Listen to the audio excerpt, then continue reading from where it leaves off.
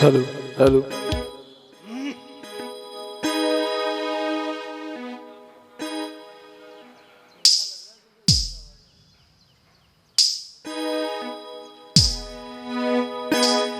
आए गणेश जी महाराज की आराधना के साथ हम सभी आरती की ओर अग्रसर होते हैं। हरिओम श्री राधे।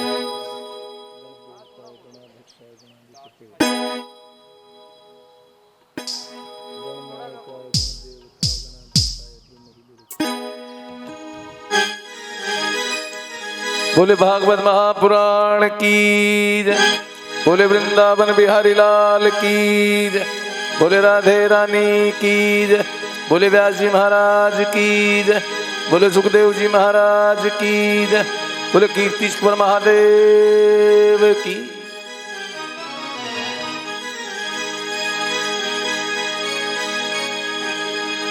विघ्न हरण मंगल करण गणनायक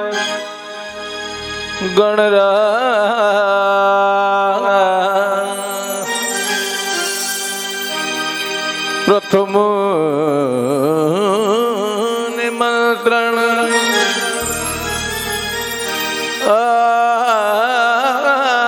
आपको सकल सुधा का।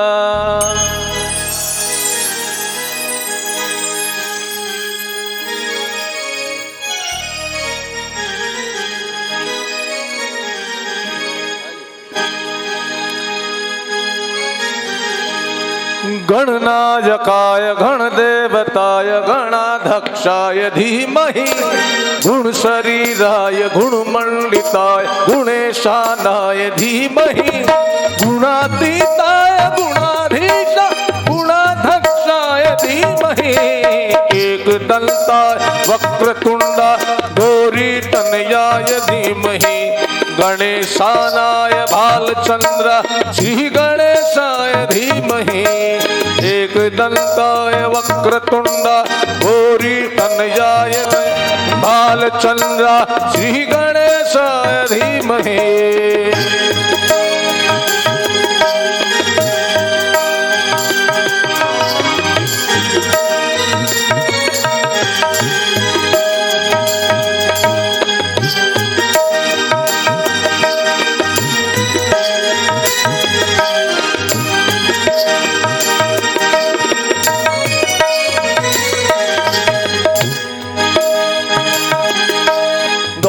चतुराय गान प्राणाय गानारतात्मने गानोत्सुकाय गान मत्ताय गानोत्सुक मनसे गुरु पूजिताय गुरुदेवताय गुरुकुल स्थायने गुरु विक्रमाय गुरु प्रहवराय गुरुवे गुण गुरुवे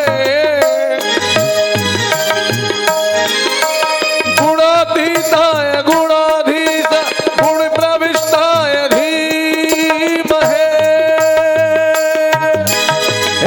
दंताय वक्रतुंडाय घोरीतनयाय धीमहि गजेशानाय भालचंद्र श्री गणेशाय धीमहि गजेशानाय भालचंद्र श्री गणेशाय धीमहि एकदंताय वक्रतुंडाय घोरीतनयाय धीमहि गणेशानाय भालचंद्र श्री गणेशाय धीमहि एकदंताय वक्रतुंडाय गौरीतनयाय धीमहि गणेशानाय भालचंद्र श्री गणेशाय धीमहि श्री गणेशाय धीमहि श्री गणेशाय धीमहि श्री गणेशाय धीमहि।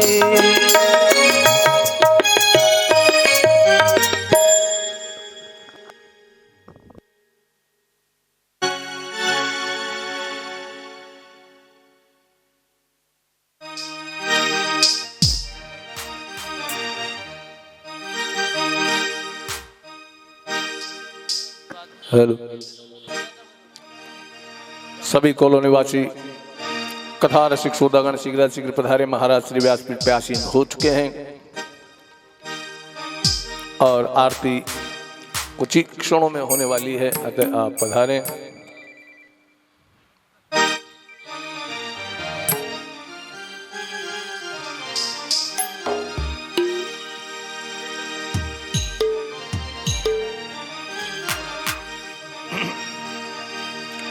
हे राम हे राम हे राम हे राम हे राम हे राम। तू ही माता तू ही पिता है, तू ही माता तू ही पिता है, तू ही राधा का श्याम। हे राम हे राम हे राम हे राम। तू ही बिगाड़े तू ही संवारे, तू ही बिगाड़े तू ही संवारे, इस जग के सारे काम। हे राम हे राम हे राम हे राम।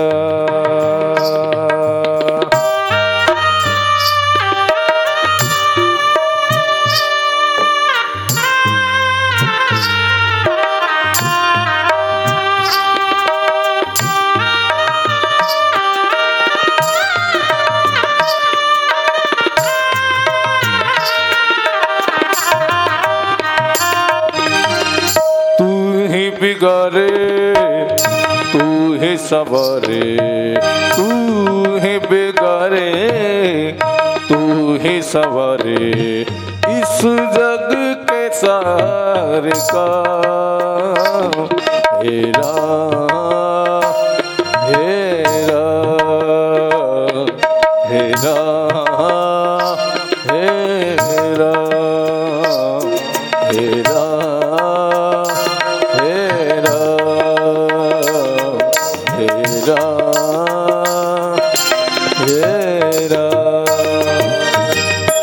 आरती होने के लिए जा रही है।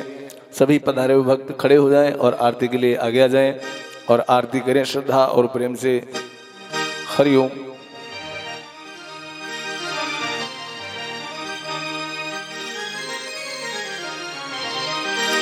कर्पूर गौरम करुणावतारम संसार सारम भुजगेन्द्रहारम सदा वसंतम हृदयारविंदे भवं भवामि सहितं नमामि।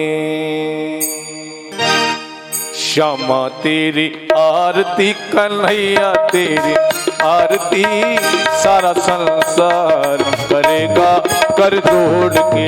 श्यामा तेरी आरती कन्हैया तेरी आरती सारा संसार करेगा कर जोड़ के। श्यामा तेरी आरती कन्हैया तेरी आरती सारा संसार करेगा कर जोड़ के।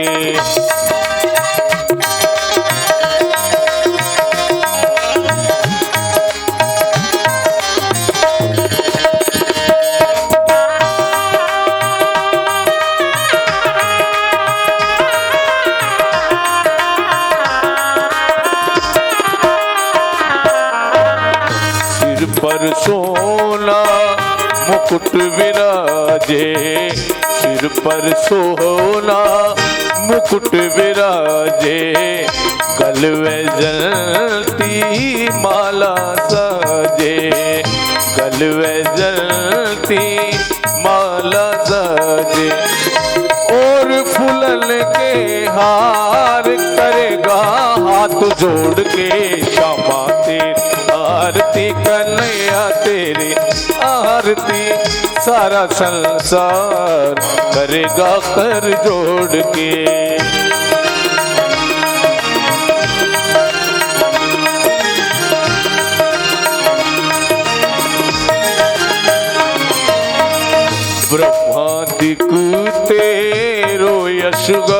गावे, ब्रह्मादिक तेरो यश गावे। नारद सारद ध्यान लगावे, नारद सारद ध्यान लगावे। और करे जय जयकार करेगा हाथ जोड़ के, श्यामा तेरी आरती कन्हैया तेरी आरती, सारा संसार करेगा हाथ जोड़ के।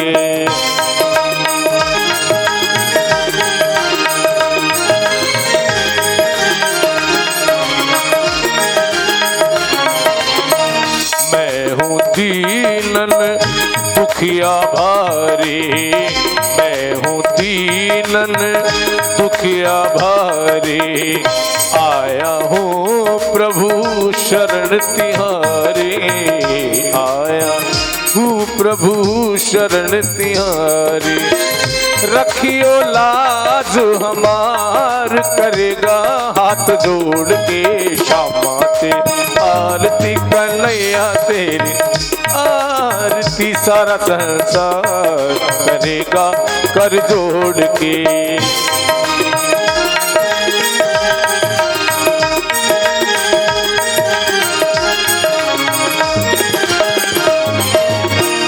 अपने चरण की भक्ति दीजो, अपने चरण की भक्ति दीजो, अपनी शरण में मोहे रख लीजो, अपनी शरण में मोहे रख लीजो। करो भवसागर प्रभु पार करेगा हाथ जोड़ के, श्यामा तेरी आरती कन्हैया तेरी आरती, सारा संसार करेगा कर जोड़ के।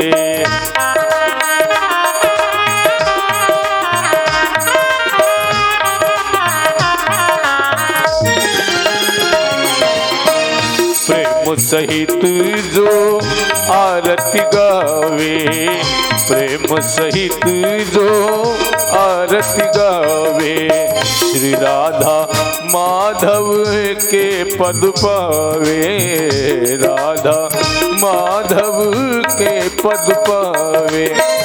बाढ़े सुयस अपार हो, बाढ़े सुयस अपार करेगा हाथ जोड़ के, श्यामा तेरी आरती कन्हैया तेरी आरती, सारा संसार करेगा कर जोड़ के, श्यामा तेरी आरती कन्हैया तेरी आरती, सारा संसार करेगा कर जोड़ के, सारा संसार करेगा कर जोड़ के, सारा संसार। कृष्णा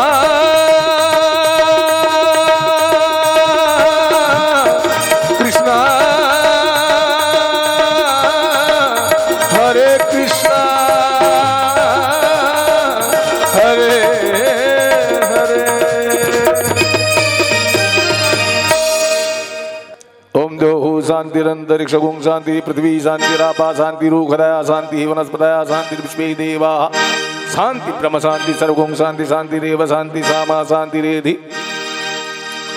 ओम यज्ञेन जग्नमय सन्तु देवास्तानि धर्माणि प्रथमान्यासन्नति हनाकं महिमान सचन्त्र यत्र पूर्वे साध्याः सन्ति देवाः।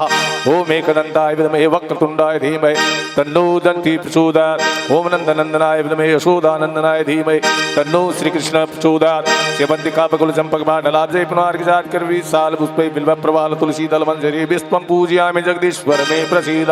नानासुगन्धि पुष्पाणि यथा कालोद्भवानि च पुष्पाञ्जलिर्मया दत्तग्रहणं परमेश्वर। ओम मंत्र पुष्पांजलिं समर्पयामि नमः। ये तीर्थानि संस्कास्तानि खंडनाति कागुं शस्त्रियूजनेव धनवानि धनवसि।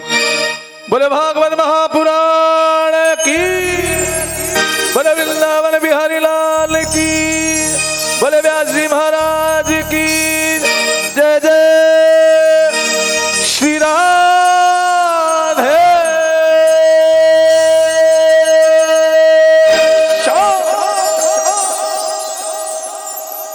सभी विराजें और महाराज श्री से करबद्ध निवेदन करें। महाराज श्री हमें तृतीय दिवस की कथा सत्र में प्रवेश कराएं, हमें प्रभु के पावन चरणों का रसपान कराएं। हमें अनुग्रहित करें। पूज्य महाराज श्री हरिओम श्री राधे।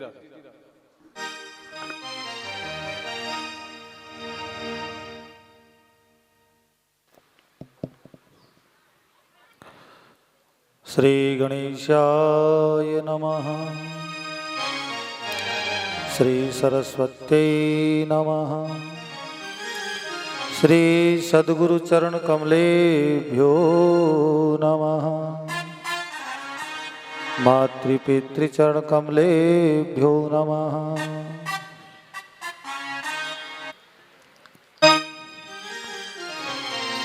श्री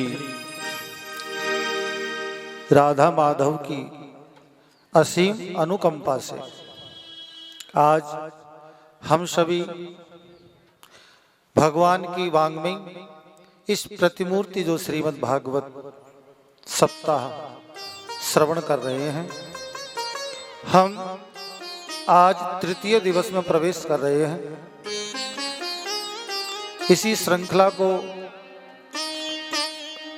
आगे बढ़ाते हुए रोज प्रतिदिन की भांति हम श्री दामोदर स्तोत्र का पाठ करेंगे। बोली श्रीमद् भागवत महापुराण की जय। व्यास जी महाराज की जय।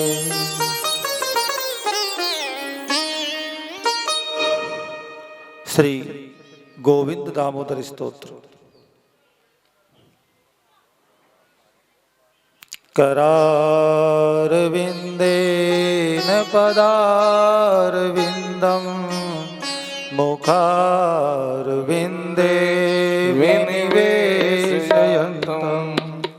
तस्य पत्रस्य पुटे शयनं भलं मुकुन्दं मनसा स्मरामि। श्री कृष्ण गोविंद हरे मुरारे, हे नाथ नारायण वासुदेवा। जिह्वे पिबस्वामृतमेतदेव गोविंद दामोदर माधवेति। सब लोग बोलिए साथ साथ।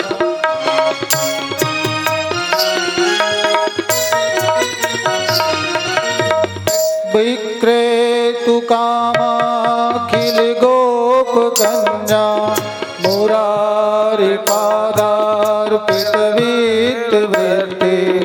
दध्याधिकं मोहवसादमोच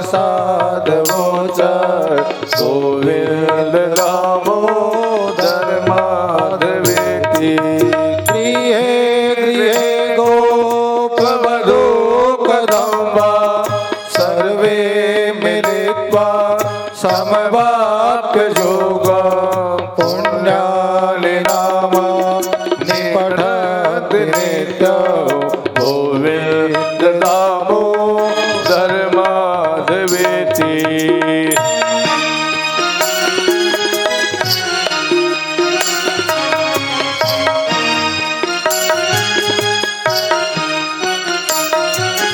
सुखं शयाना निलये निजेऽपि, नामानि विष्णो प्रवदन्ति मर्त्या।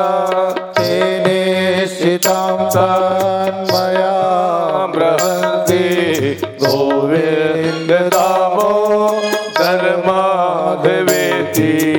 जिह्वे सदैवं भज सुन्दराणि, नामानि कृष्णस्य मनोहराणि। समस्त भक्तार्थिविनाशनानि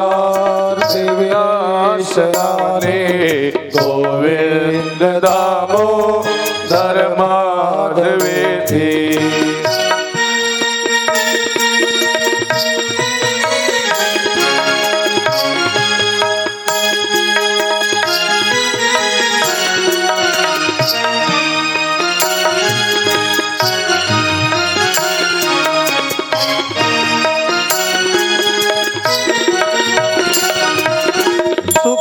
सुखावसाने इदमेव सारम्,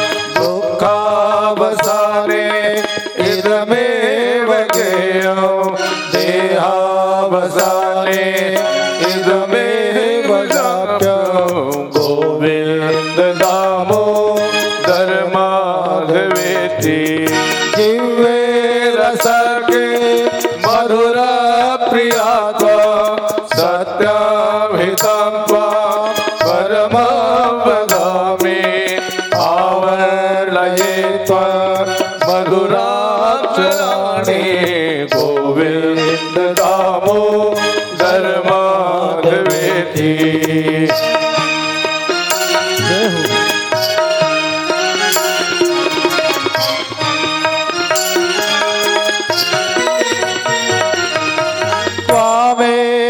याचे मम देहि जिह्वे समागते दण्डधरे कृतान्ते वक्तव्यमेव मधुरं सुभक्त गोविन्द दामोदर माधवेति श्रीकृष्ण राधा वर गोकुलेषु गोपाल गोवर्धननाथ विष्णु जिह्वे पिबस्वामृतमेतदेव गोविन्द दामोदर माधवेति गोविन्द दामोदर माधवेति श्रीकृष्ण गोविन्द हरे मुरारे हे नाथ नारायण वासुदेवा देव गोविन्द दामोदर माधवेति गोविन्द दामोदर माधवेति गोविन्द दामोदर माधवेति। बोलो कृष्णचंद्र भगवान की, श्री भागवत महापुराण की जय हो। गजाननं भूतगणादिसेवितं कपितजम्बो फलचारुभक्षणम्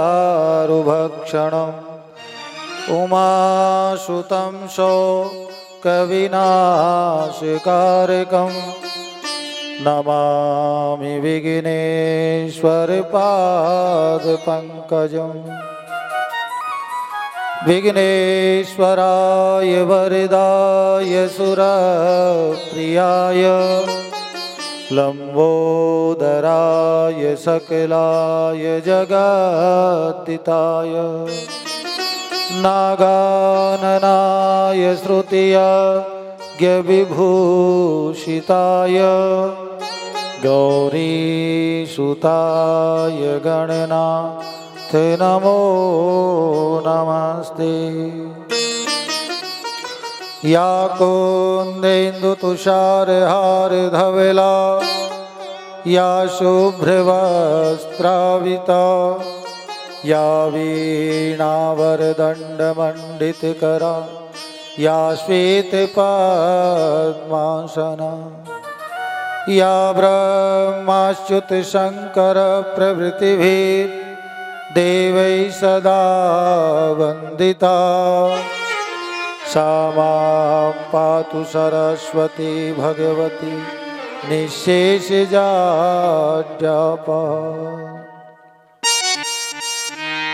सच्चिदानन्दरूपाय विश्वोत्पत्त्यादिहेतवे तापत्रयविनाशाय श्रीकृष्णाय वयं नमः। यं प्रव्रजन्तमनुपेतमपेतकृत्यं द्वैपायनो विरहकातरया जुहाव। पुत्रेति तन्मयतया तरभो विनेदो तं सर्वभूतहृदयं मुनिमानतोऽस्मि। निगमकल्पतरोर्गलितं फलं सुखमुखादमितद्रवसंयुतं पिबत भागवतं रसमालयं मुहुरहो रसिका भुवि भावुका। सत्यमृतं सत्यपरं त्रिसत्यं सत्यस्य योनिः निहितं च सत्ये सत्यस्य सत्यभृतसत्यनेत्रं सत्यात्मकं त्वां शरणं प्रपद्ये। श्री राधा दामोदर भगवान की जय। श्री कीर्तेश्वर महादेव की जय हो। श्री रामचंद्र भगवान की जय हो। श्री राधा गोविंद भगवान की जय। बाके बिहारी लाल की जय। श्री व्यास जी महाराज की जय। श्री सुखदेव जी महाराज की जय। श्री भागवत महापुराण की जय। भक्त और भगवान की जय। बोलो आज के आनंद की जय। बोलो बस्ती माता की जय। जय जय श्री राधे जय जय श्री राधे जय जय श्री राधे।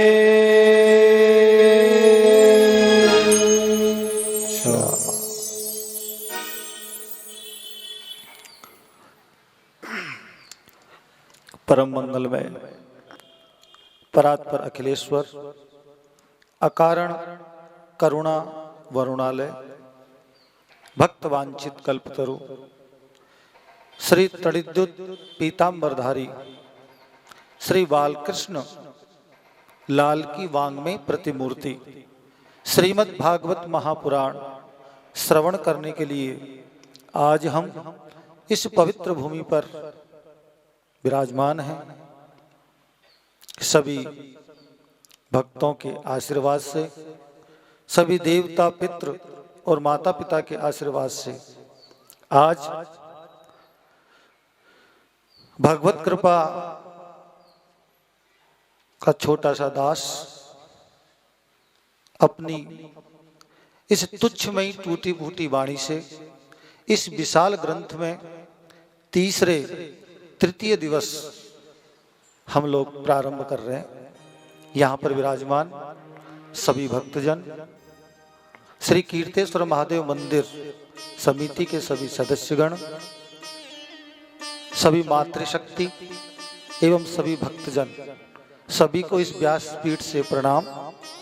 इस बालक से किसी प्रकार की कोई त्रुटि हो जाए तो आप लोग क्षमा करते रहना और जैसी भी कोशिश कर रहा हूं उसको और आगे उत्साहवर्धन करने की आप कृपा करें। आज सुखदेव जी महाराज राजा परीक्षित से कहते हैं कि राजन, ध्रुव का जो चरित्र है वो ध्रुव का चरित्र बड़ा ही अलौकिक चरित्र है। आज भी कितने हजार वर्ष पुरानी बात है ये द्वापर की बात है, ये कलयुग की नहीं है। त्रेता युग में इस कथा का प्रारंभ हुआ। अब देखो आप लोग 4 युगों पर चलते हैं अपन लोग। सबसे पहले सतयुग। सतयुग भगवान विष्णु का युग है। उसके बाद में त्रेता भगवान श्री मर्यादा पुरुषोत्तम राम जी का युग है। उसके बाद में द्वापर, तो द्वापर युग है वो लीलाधारी भगवान श्री कृष्ण अवतार का युग है। उसके बाद में हमारा जो युग है वो है कलयुग। तो हम उस त्रेता और द्वापर के युग की बात कर रहे हैं। उस समय ध्रुव जी महाराज ने भगवान की इतनी अटल तपस्या की कि आज भी ध्रुव तारा उत्तर दिशा की तरफ विराजमान है। आप लोगों का सबका विवाह हुआ, पंडित जी ने आपके फेरे करवाए, विवाह संपन्न करवाया। उस समय अंतिम सप्तपदी यानी कि 7 वचन के बाद में पंडित जी उत्तर दिशा की तरफ उंगली करके बताते हैं कि देखो ध्रुव तारे को प्रणाम कर लो। क्यों? कि हमारे दोनों के पाणी ग्रहण संस्कार का साक्षी कौन है? हमारा विवाह हुआ है, इसका साक्षी कौन है? कि बोला पंडित जी। तो पंडित जी को फेरे करने के बाद दक्षिणा दी, पंडित जी अपने घर चले जाते हैं। बोला अग्नि, तो अग्नि में घी जब तक हम स्वाहा कहेंगे तब तक तो अग्नि प्रज्वलित रहेगी, और घी प्रवाह करना बंद कर दो, अग्नि शांत हो जाती है। तो बोला कि हमारे रिश्तेदार तो सब भोजन प्रसादी करके अपने अपने घर चले जाएंगे। रिश्तेदार आजकल शादियों में कैसे आते हैं आप सब लोग जानते हो, शकल दिखाने।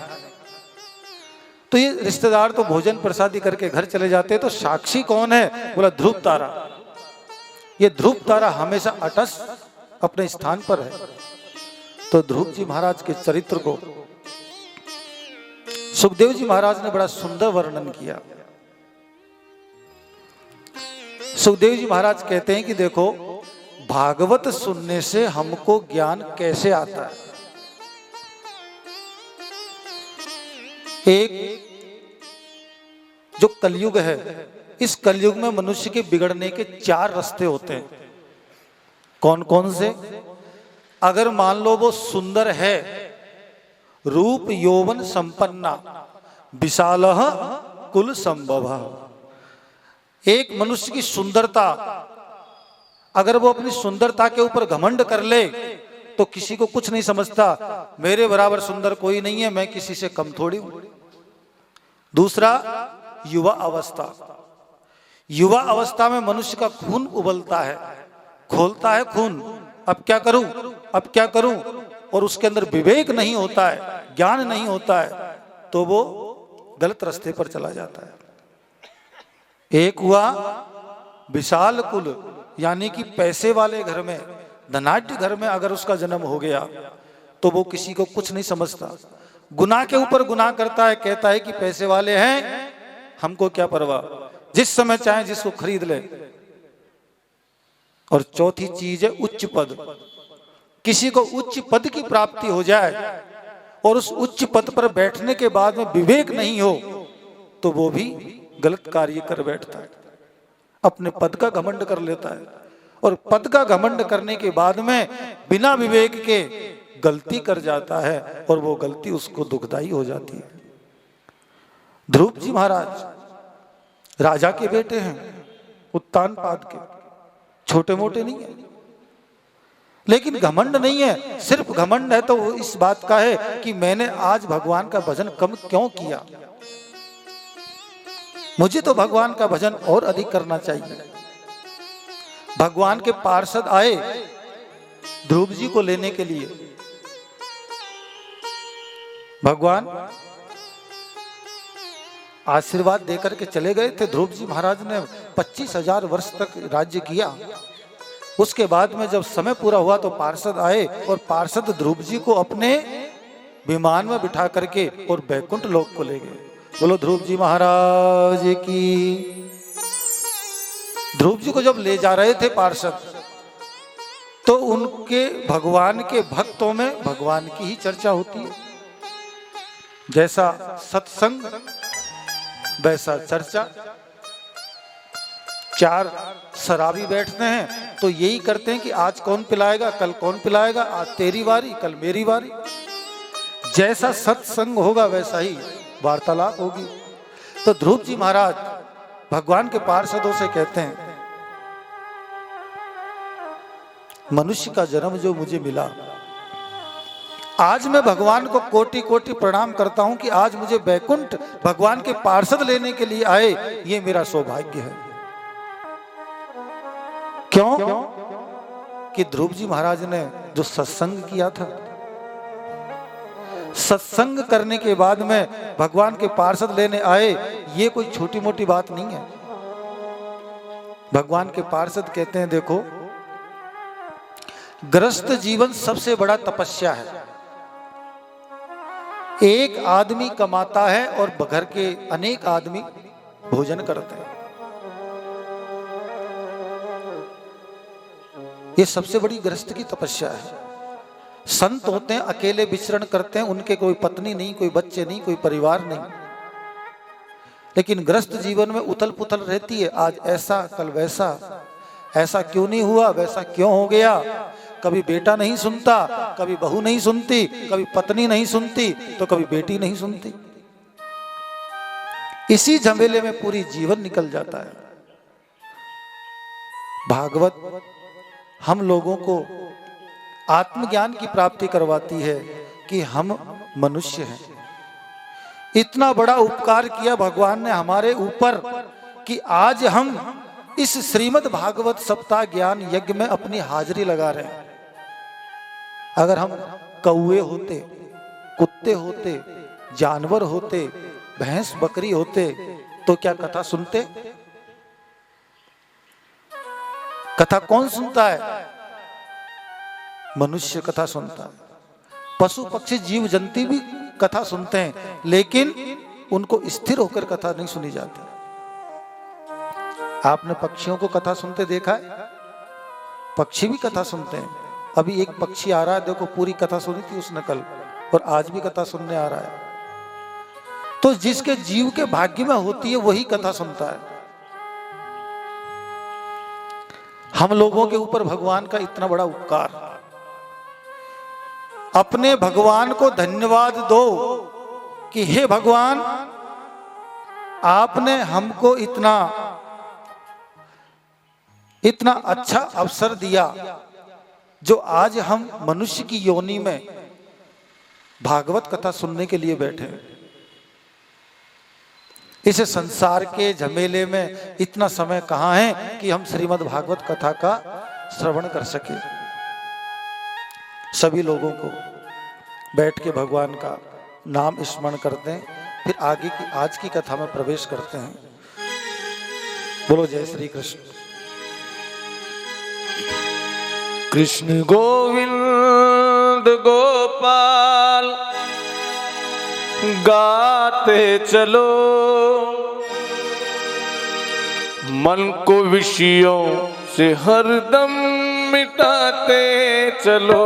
कृष्ण गोविंद गोपाल गाते चलो, कृष्ण गोविंद गोपाल गाते चलो, मन को विषयों से हरदम हटाते चलो, मन को विषयों हरदम हटाते चलो।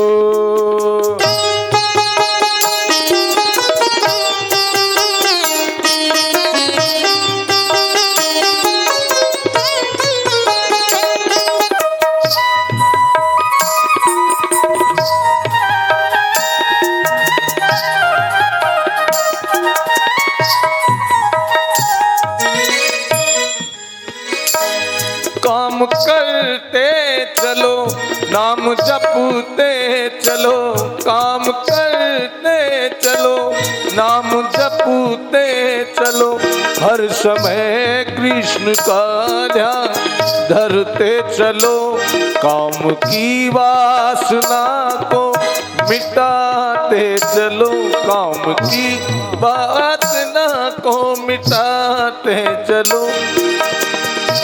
कृष्ण गोविंद गोपाल गाते चलो, कृष्ण गोविंद गोपाल गाते चलो, मन को विषयों से हरदम हटाते चलो।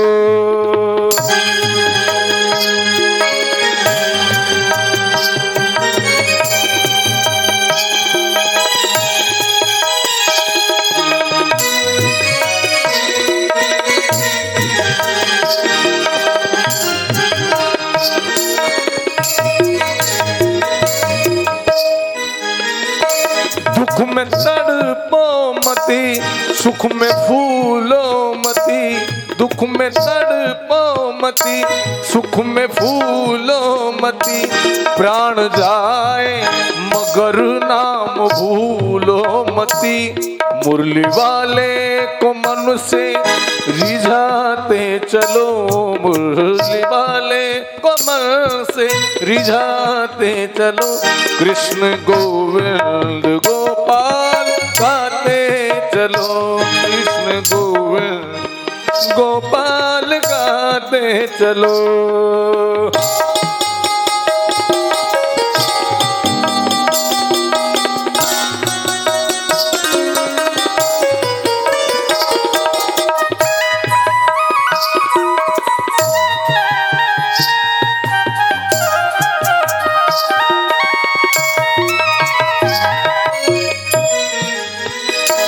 याद आएगी उनको कभी ना कभी, याद आएगी उनको कभी ना कभी, कृष्ण दर्शन तो देंगे कभी ना कभी, ऐसा विश्वास मन में जमाते चलो, ऐसा विश्वास मन में जमाते चलो, कृष्ण गोविंद गोपाल गाते चलो, कृष्ण गोविंद गोपाल गाते चलो, कृष्ण गोविंद गोपाल गाते चलो, मन को विषयों से हरदम हटाते चलो, मन को विषयों से हरदम हटाते चलो, मन को विषयों से हरदम हटाते चलो, मन को विषयों से हरदम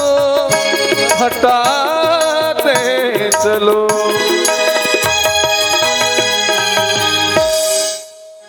बोलो कृष्णचंद्र भगवान की। सुखदेव जी महाराज राजा परीक्षित से कहते हैं कि राजन, तुम्हारा जैसा भक्त भी मैंने नहीं देखा। जैसे जैसे मनुष्य को प्यास लगती है, भूख बढ़ती है, वैसे वैसे तुमको कथा सुनने की इतनी भूख है कि आज तुमको तृतीय दिवस में प्रवेश कर रहे हैं, लेकिन एक पल के लिए भी उठे नहीं। महाराज ये कैसे हुआ, ये क्यों हुआ, ये भी बताइए। ये जो जिज्ञासा है, ये जिज्ञासा ही भक्त के लक्षण है।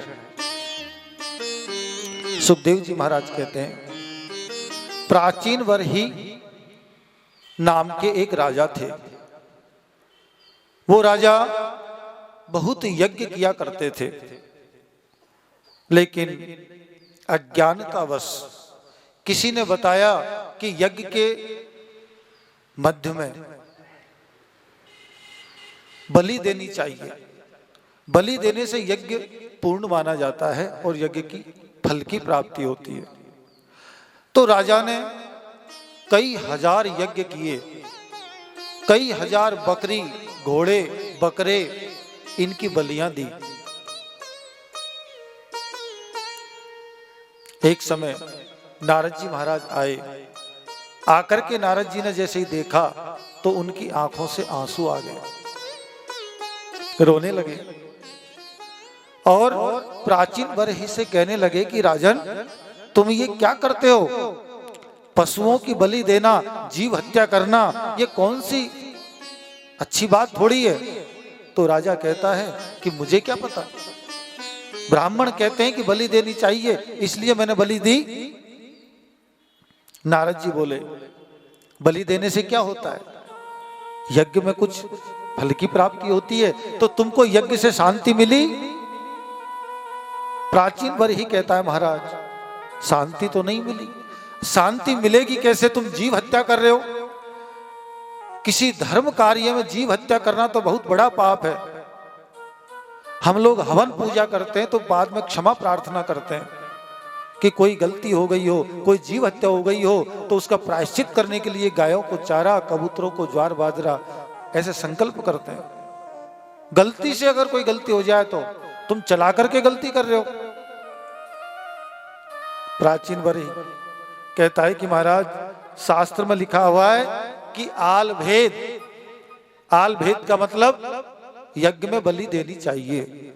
अब बलि देने का मतलब है कि चाहे बकरे की दो, चाहे घोड़े की दो, बलि तो बलि होती है। राजा कहता है कि यही तो कारण है, हम कोई भी कार्य पूजा पाठ करवाने जाते हैं तो सस्ते पंडित जी ढूंढते हैं, सबसे कम पैसे ले उन पंडित जी को बोलते हैं कि आप पूजा कराना। यहां वही गलती हो गई।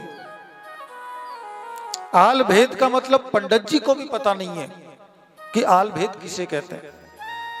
तो पंडित जी ने भी कहा बकरा लाओ बलि दो, घोड़ा लाओ बलि दो।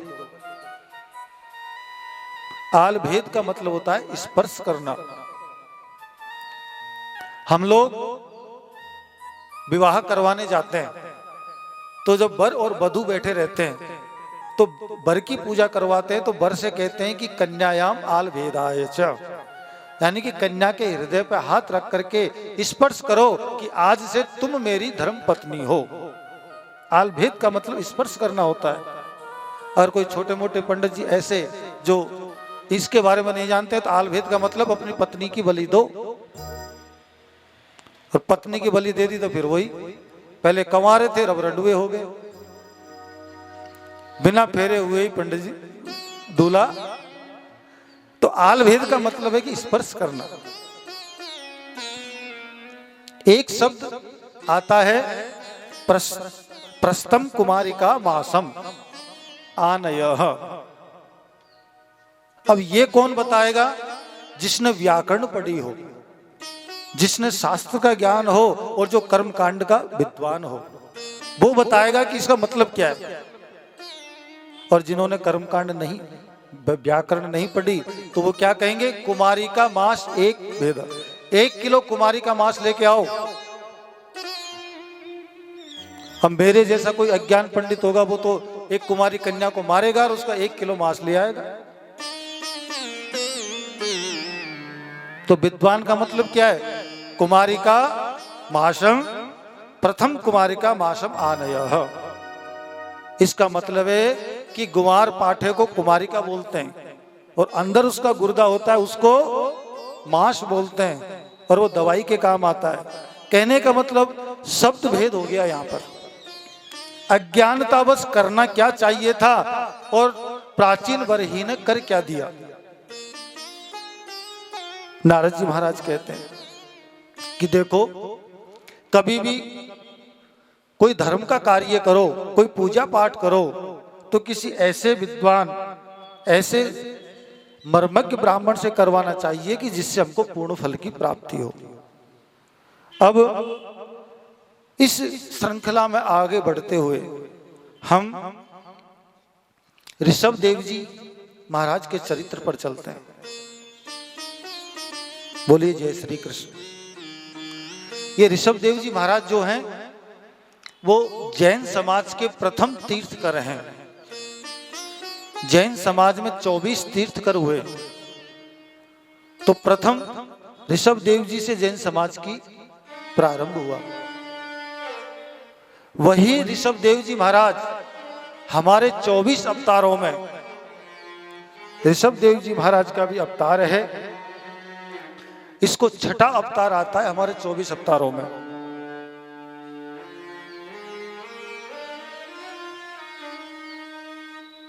बहुत बड़े वेद के ज्ञाता हैं ऋषभ देव जी। ये पूरी प्रजा के पालन करते हैं, पूरे सम्राट है पूरी पृथ्वी के। लेकिन आप लोग ध्यान रखना, आप कितने ही बिजी हो, कितने ही बड़े पद पर हो, कितने ही बड़े अफसर हो, लेकिन अपना जीवन अगर सार्थक बनाना चाहते हो तो 2 घंटे अपने परिवार को देना। पैसा तुम लाखों कमा लो, लेकिन परिवार बिगड़ गया तो तुम्हारी जिंदगी पूरी नरक हो जाएगी। 1 घंटा 2 घंटा परिवार को साथ में बिठाना, पूरे परिवार को एक साथ बैठ करके भगवान का भजन करना चाहिए। एक दूसरे के विचारों को आदान प्रदान करना चाहिए। ऋषभ देव जी पूरे परिवार को एक साथ लेके बैठते थे। ऋषभ देव जी के 100 पुत्र थे। हमारे 2-4 को भी हम साथ में लेके नहीं बैठ सकते।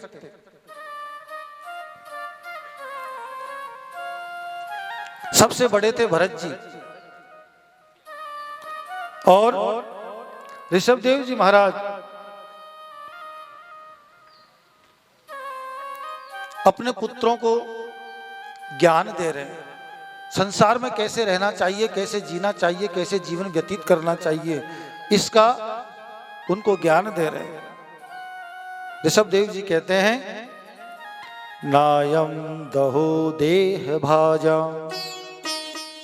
नृलोके कष्टान कमान आर्यते बिडभुंजाये तपो दिव्यम पुत्र कायेन सत्वं शुद्धोद तस्मात् ब्रह्म सौख्यम तनन्तमः।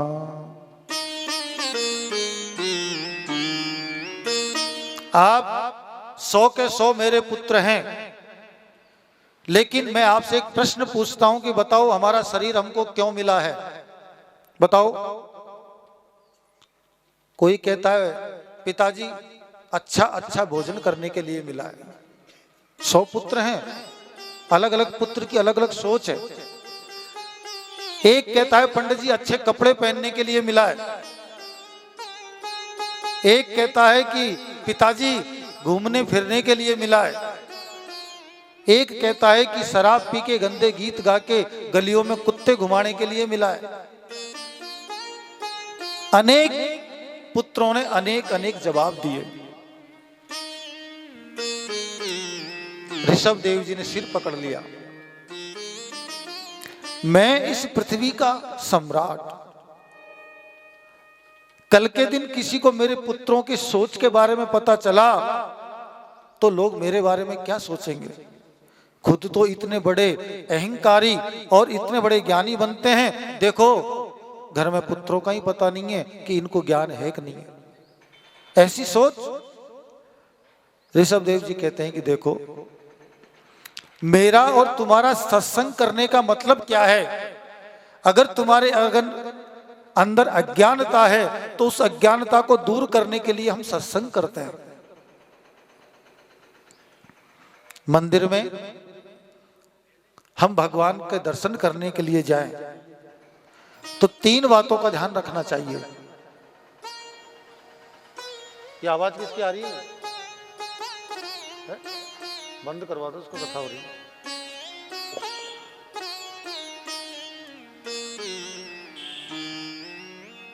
ये मत सोचो कि भगवान मंदिर में हैं। ये सोच के मंदिर में जाना चाहिए कि भगवान हमारे हृदय के अंदर विराजमान है और आज हम बैठे हुए भगवान की मूर्ति को अपने मन की मूर्ति से मिलाने जा रहे हैं, इसलिए मंदिर जाना चाहिए। और जब हम घर में भोजन बनाएं तो उस भोजन को भगवान के भोग लगा करके पाना चाहिए। पहली बात, कभी घर में खाना मत बनाना, घर में भोजन बनाया करो। हम लोग सनातनी हिंदू संस्कृति को अपनाने वाले हैं, उसको मानते हैं। और हिंदू संस्कृति में भोजन बनता है, खाना नहीं बनता। और उस भोजन को भगवान को भोग लगा करके पाना चाहिए।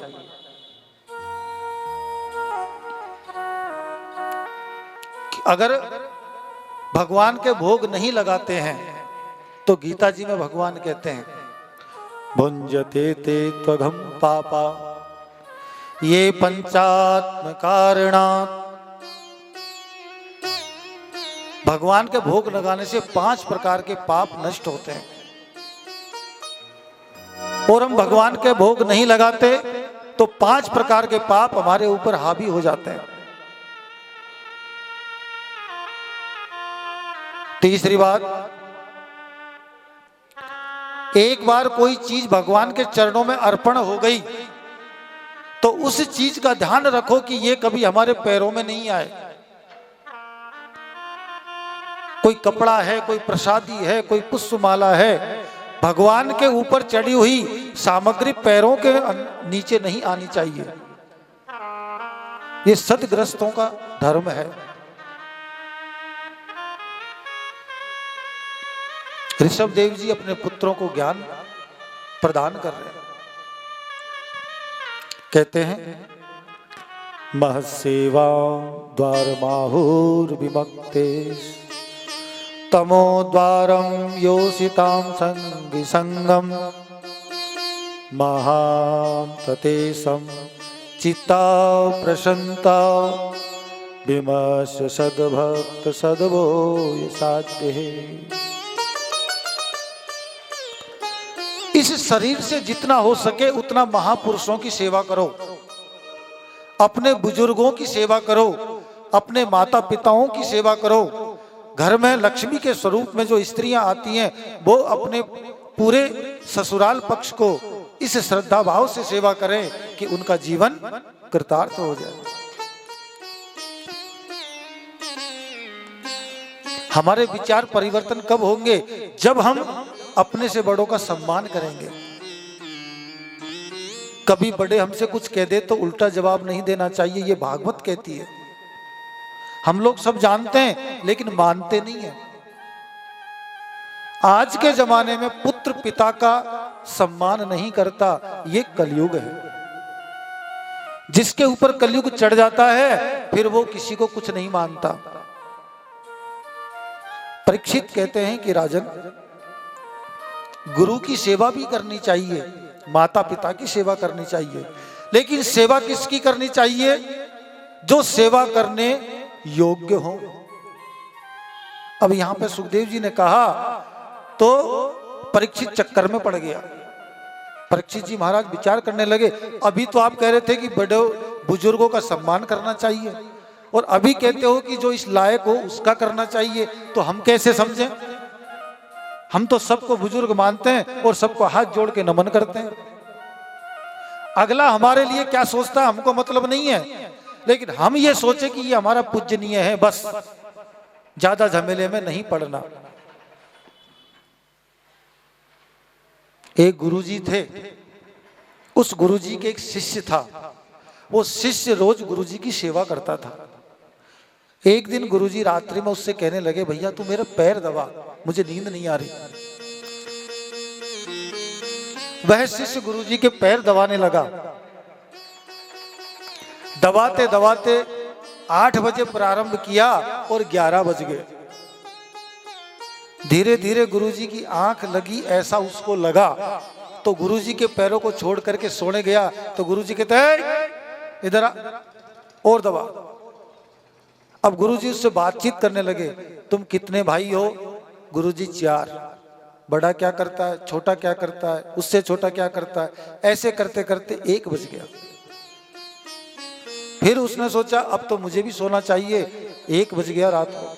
सुबह 5 बजे उठ के फिर गुरुजी की सेवा करनी होती है। उठ के जाने लगा। गुरुजी ने कहा, हाँ वो तीसरा भाई क्या करता है तेरा? फिर दबाने लग गया। गुरुजी वो ये काम करता है, ठीक है दबा। 4 बज गए। जाने लगा। फिर गुरुजी ने बिठा लिया, अच्छा तुम्हारे माता पिता क्या करते हैं? फिर वो अपने माता पिता के बारे में बताने लगा। फिर पैर दबाने लगा। अब सुबह के 5 बज गए। फिर गुरुजी ने पूछा कि वो तुम बता रहे थे ना रात को 11 बजे कि तुम कितने भाई हो, वो मैं भूल गया। तुम कितने भाई थे, कितने भाई हो? तो शिष्य कहता है गुरुजी 3। गुरुजी ने सोचा हो सकता है कि नींद में मैंने गलत सुन लिया हो, लेकिन तुम रात को तो 4 बता रहे थे। बोला गुरुजी ऐसे पैर दबाऊंगा तो मेरे 3 ही रह जाएंगे, फिर मेरा तो मतलब ही क्या है। तो गुरुजी भी ऐसे होने चाहिए जो शिष्य को समझे। माता पिता भी ऐसे होने चाहिए जो संतान को समझे। ये नहीं कि 24 घंटे डांट ही डांट लगाए, उनकी भावनाओं को नहीं समझे। तभी तो तालमेल बैठता है।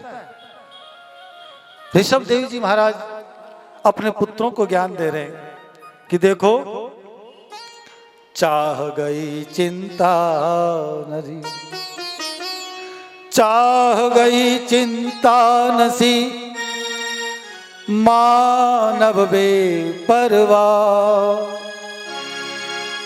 जिसको कुछ ना चाहिए सो ही सहंसा। कामना मत करो। भगवान के मंदिर में जाकर के कभी भी मांगना मत, क्योंकि वो परम पिता है।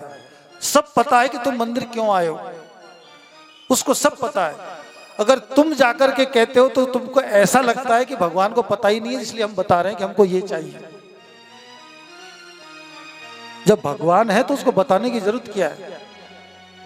कुछ मत मांगो, सिर्फ जाकर के भगवान को प्रणाम करो और भगवान की छवि के दर्शन करो।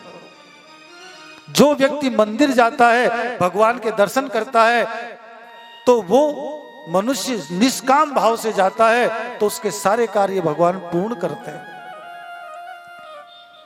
आजकल के जमाने में लोगों को चमत्कार चाहिए। ये कलयुग है महाराज। वो ही पंडित अच्छा है, आज बताइए कल उसका काम सिद्ध हो जाए। महाराज ये पंडित जी बढ़िया है, 50 आदमियों को लेके जाएंगे उनके पास।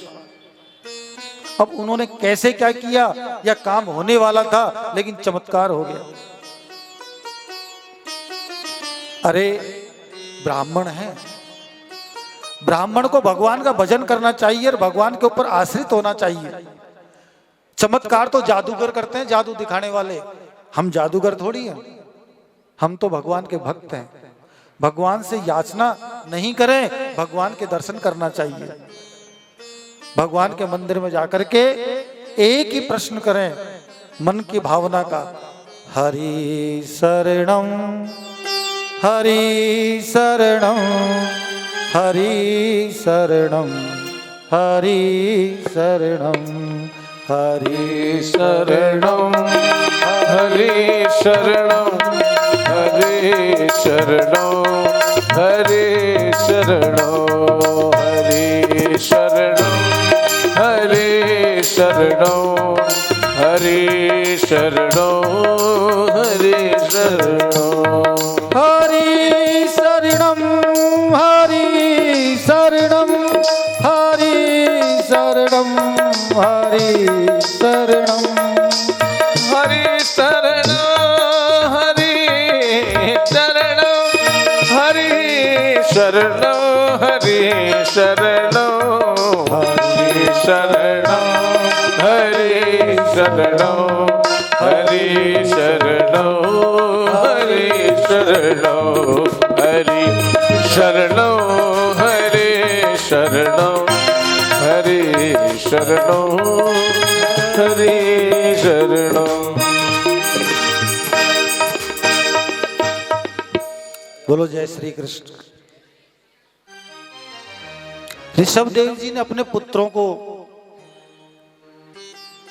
जब ये सब ज्ञान की वार्तालाप की तो सबसे बड़े जो भरत जी हैं, उन भरत जी को अपने पिता की बात सुनकर के वैराग्य हो गया और भरत जी महाराज ने अपने पिता के राज्य को छोड़ करके और जंगल में जाकर के भगवान की तपस्या करना प्रारंभ कर दिया।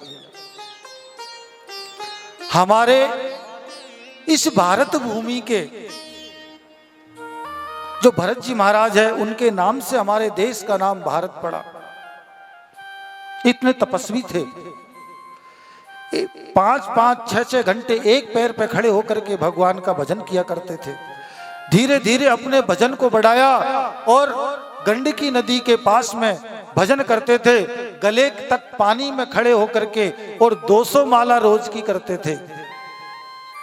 ओम नमो भगवते वासुदेवाय, इस मंत्र का जाप 200 माला रोज करते थे, यानी कि 20 घंटे जप करते और 4 घंटे आराम करते थे। करते करते करते करते कई वर्ष व्यतीत हो गए। सुखदेव जी महाराज कहते हैं कि एक समय की बात है कि जंगल से एक हिरण जिसका प्रसव होने वाला था, और वह हिरण जोर से छलांग मार करके शेर के डर के कारण इस किनारे से उस किनारे पर जोर से छलांग लगाई, तो उस हिरण का गर्भ जो है वो नदी के अंदर हो गया। इधर से हिरण छलांग लगा के उस किनारे पर पहुंच गई और हिरण का बच्चा बीच नदी में गिर गया। अब भरत जी महाराज वहां पर भगवान का भजन कर रहे थे, तो भरत जी ने उस बच्चे को देखा तो मन में करुणा आ गई कि ये हिरण का बच्चा इस पानी में डूब के मर जाएगा। करुणा भाव से भरत जी महाराज ने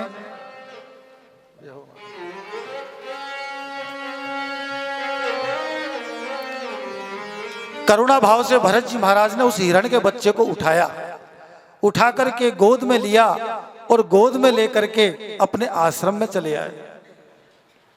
धीरे धीरे उस हिरण के बच्चे को संभाल रहे हैं, कभी उसको दूध पिलाते, आज ही तो नदी में अपनी माँ के पेट से गर्भ से पैदा हुआ है, उसको अपनी गोदी में खिलाते, दूध पिलाते, उसका ध्यान रखते, उसके साथ खेलते।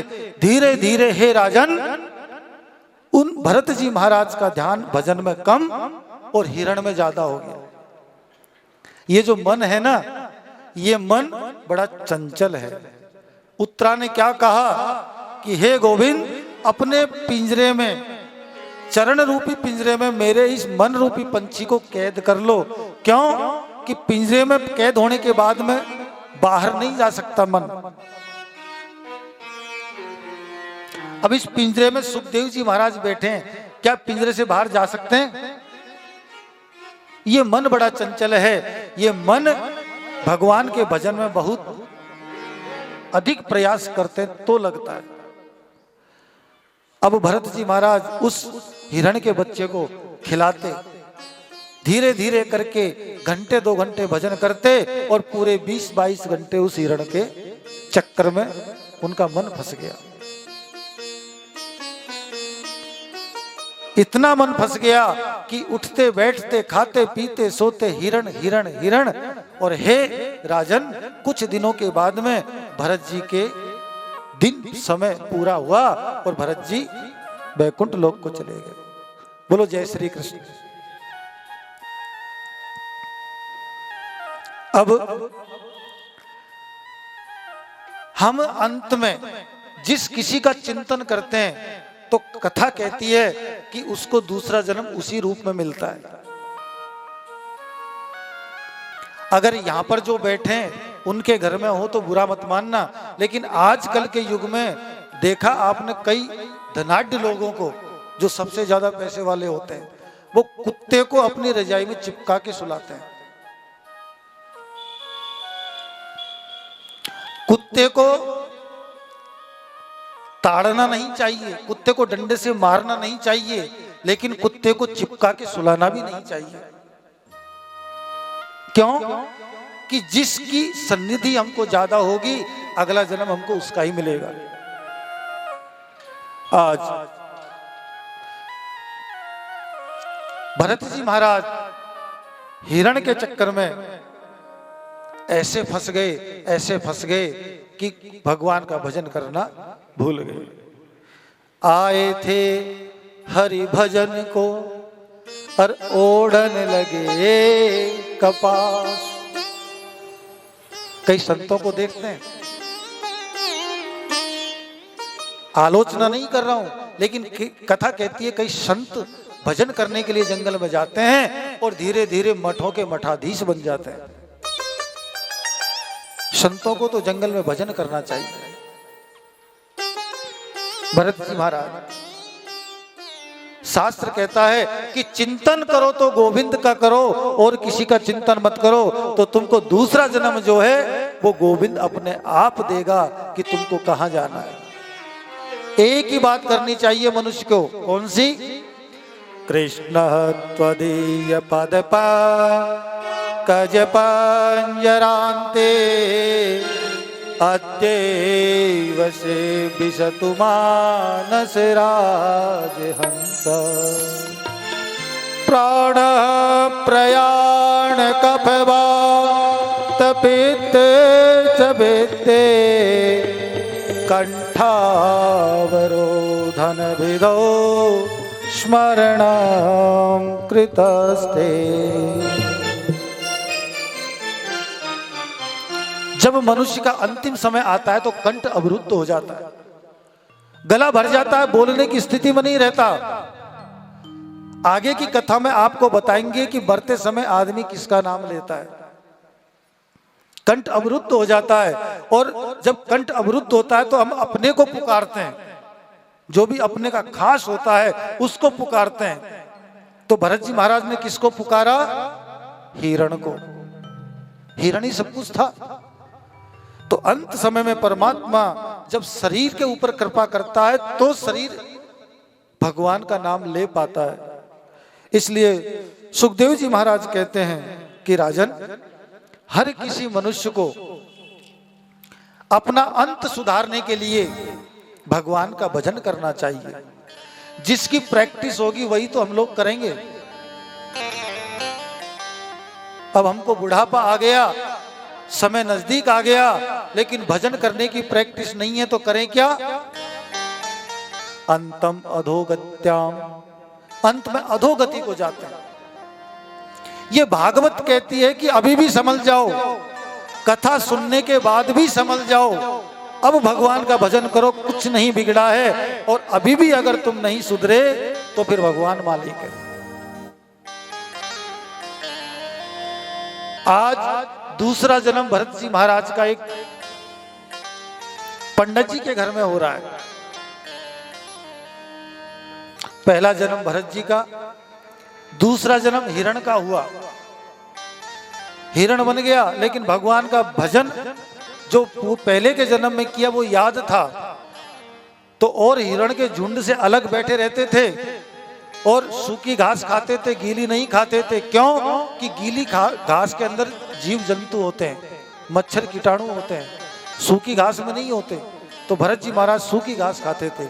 एक समय जंगल में आग लग गई, सारे हिरण जंगल से भाग गए, लेकिन भरत जी महाराज भगवान के भजन करते करते वहीं पर बैठे रहे।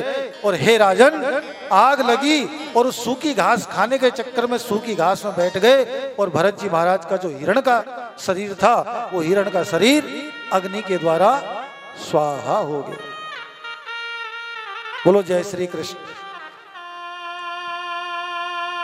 एक बार जब राम रावण का युद्ध चल रहा था, तो उस समय जो कुंभकर्ण था, उस कुंभकर्ण को भगवान ने मार दिया। तो कुंभकर्ण की मृत्यु का समाचार सुनकर के उसकी पत्नी आई और आकर के भगवान को उलाहना देने लगी, तुमने मेरे पति को क्यों मारा, क्यों मारा?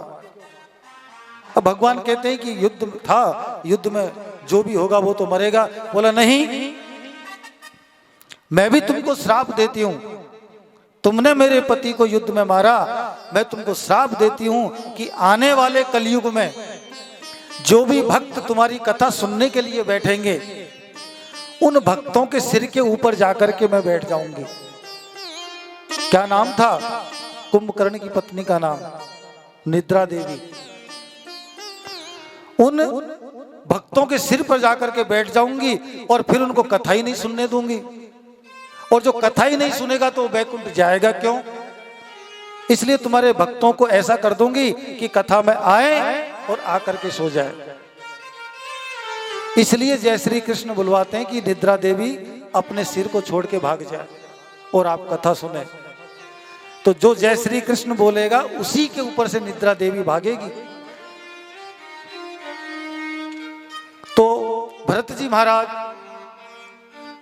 का तीसरा जन्म हो रहा है एक पंडित जी के घर में।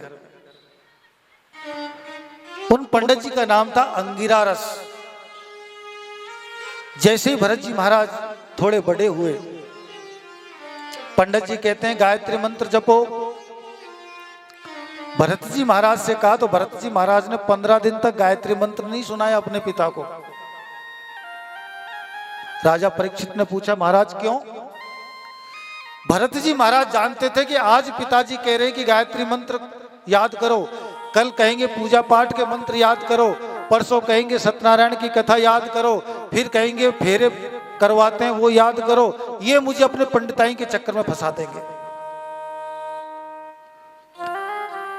क्योंकि पूर्व जन्म में जो उन्होंने भगवान का तपस्या की थी वो उनके संस्कार अभी तक चल रहे हैं, तीसरे जन्म में भी आ गए।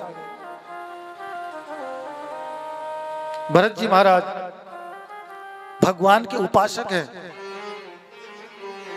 पिताजी ने जनेऊ संस्कार करवा दिया, लेकिन भरत जी ने एक मंत्र भी याद नहीं किया।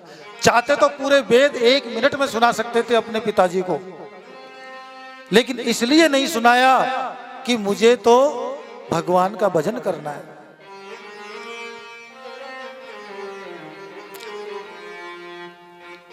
उन पंडित जी के 2 पत्नियां थी। एक पत्नी के एक बेटा और बेटी, और दूसरी पत्नी के भरत जी महाराज, इनका नाम तीसरे जन्म में भी भरत ही रहा, और एक इनका छोटा भाई। जब घर वालों को लगा कि ये भरत के अंदर तो दिमाग नहीं है, बुद्धि नहीं है, तो घर वाले उसको निष्कामी समझने लगे, बिना काम का। कभी रात की रोटी पटक देते, कुत्ते को पटकते हैं उस प्रकार से पटक देते, ले खा ले। क्यों? कि घर में मान सम्मान उसका होता है जो घर में काम करता है। अब भरत जी महाराज कुछ काम नहीं करते तो सबको निठल्ले लगते हैं, ये निठल्ला है। जितने भी भाई थे, 2-3, सब दुबले पतले लकड़ी की तरह थे, लेकिन भरत जी महाराज हृष्ट पुष्ट थे। तो घर वाले क्या कहते हैं? अरे जड़, जड़ कहते हैं मूर्ख को। अरे जड़, तू किसी काम का नहीं है, कुछ काम करता भी नहीं है। कभी उसको क्या करने के लिए भेज देते? जड़ भरत जी निष्काम भाव से भगवान का भजन करते थे। भरत जी ने विचार किया